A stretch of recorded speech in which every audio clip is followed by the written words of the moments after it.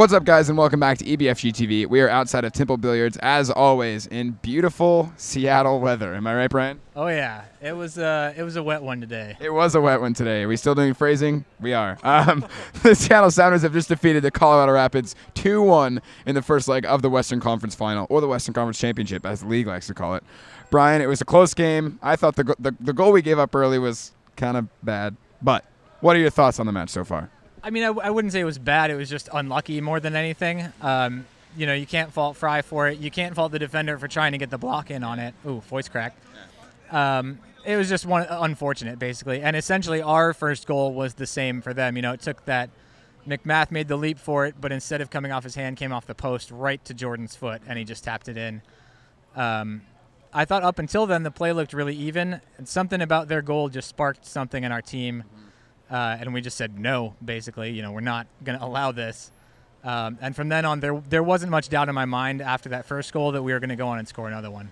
The whole Brian Schmetzer era, I think, has been characterized. What's the word?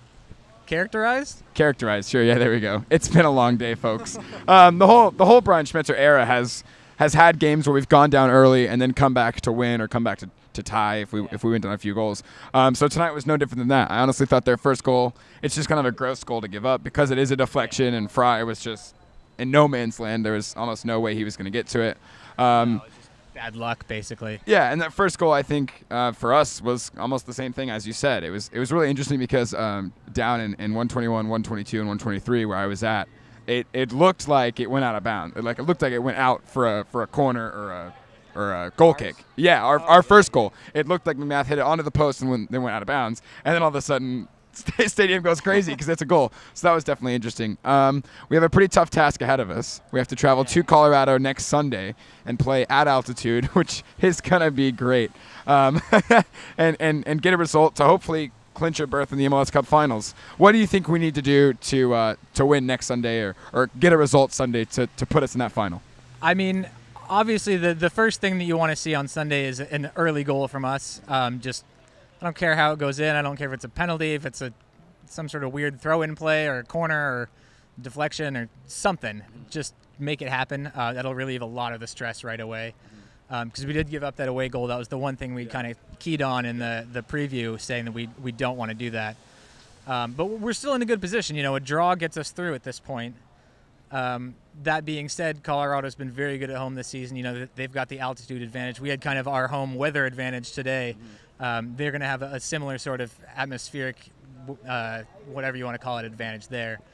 But no, I mean, I got to think that Schmetzer's game plan is going to be about the same as it was today. Just kind of play our way. Don't let them dictate how we're going to play, you know, and don't play to their level, which was something we were often guilty of previously. Not to go too much into other things. But no, I think just keep it simple, play our game, and push for that early goal is going to be how we get it done. That away goal is going to be huge in Colorado. I really don't care how it goes in. If Jermaine Jones wants to just turn around and kick it into his own net, that's fine with me. I'll take it, exactly. It's going to be difficult. I think the altitude sometimes is overplayed as a factor. I think people talk about it too much, but it definitely can be a factor.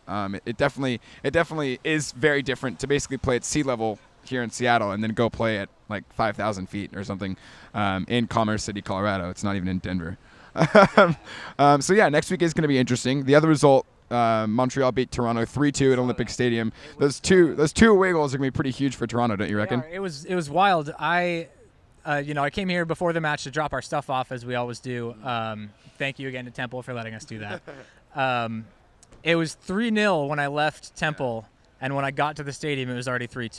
Yeah. And I started to, I guess not panic, because we still need to do our part to get to the final. Yeah. But obviously, you want to play it at home, and you want Montreal to go through. So they put themselves in a good position to do it, but they definitely made it a little more interesting towards the end there. They definitely did. There was a pretty big cheer at CenturyLink Field when they showed up, when they showed the Montreal 3, Toronto 0 scoreline on the video boards. And it was more subdued when they showed the 3-2 scored line. Yeah. That's for sure. But honestly, as much as I'd love to play that final here at home in Seattle, if we make it, I don't care where we play it. Toronto's nice this time I hear Toronto is nice this time of year. I hear it's actually not. It looks terrible. Nice and chilly. Yeah. Yeah, we'll be there. Like, trust me. But no, the final thing I want to ask: are we going to do it? I know I've been negative all year, but and I know I said this in the match preview, it just feels like our year. I mean, you saw the way that they fought back after going down, giving up not only a goal but an away goal that early in the game. Earlier in the year, you would have seen that deflate our team. The wind would have gone out of the sails rather of our guys, and they would have just kind of given up. And that's not this team anymore. They have the heart, they have the passion, they have the desire, and they have the talent. And it's, Colorado has the home field advantage, but it's still a big ask. They have to beat us and probably hold us scoreless if they want to win that or win big. And either of those are going to be pretty tough for them. So I've got to think we can at least get there. Then we'll worry about the final once we get there. That's what I'm thinking. It really looked like we had a few more goals in us tonight. We just couldn't put the ball in the back of the net. Yeah. It looked like we were going to score a goal late. We were pressuring. And even at the end of the first half, after our first goal, it looked like we were ready to score again. It looked like we were going to score again. I think we still have goals in us. I'd be shocked, honestly, if we get shut out in Colorado. Absolutely shocked. I would be pretty surprised. And I got to say, I don't usually give shout-outs to non-Sounders players on here. Huge credit to Zach McMath. There was one play in the second half. Ladero sprung. I can't remember who sent him in on the pass, but he was basically in one-on-one with the keeper. McMath came out unreal fast and just kind of scooped the ball off of Ladero's legs. I honestly have to say, I think if Howard's in goal, Ladero gets the shot off and maybe puts us up 3-1 there. So McMath maybe kept them in this series just with that play alone. I mean, McMath is good. We talked about it in our match preview. He's no slouch. He really proved it tonight. I think he kept them, maybe not alive, but he did save a few that looked like he did keep them in the running, and he kept them in very close contention. Which, as you said, it might not happen if Tim Howard's in goal. Who knows? I mean, he's an older goalie.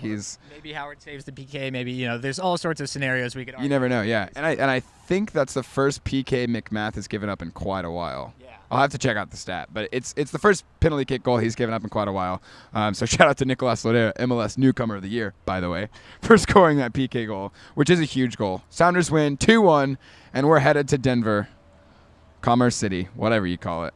We're headed to the Rocky Mountains, folks, and we will be there. Or at least I will be there. Have you decided on going yet? Not yet. Well, I'm figuring it out. He'll think about it. Well, folks, thanks for watching EBFG TV as always. Like, comment, subscribe down below. Any thoughts you might have on this match or the second match in Colorado on Sunday. Thanks for watching EBFG TV. We'll see you later.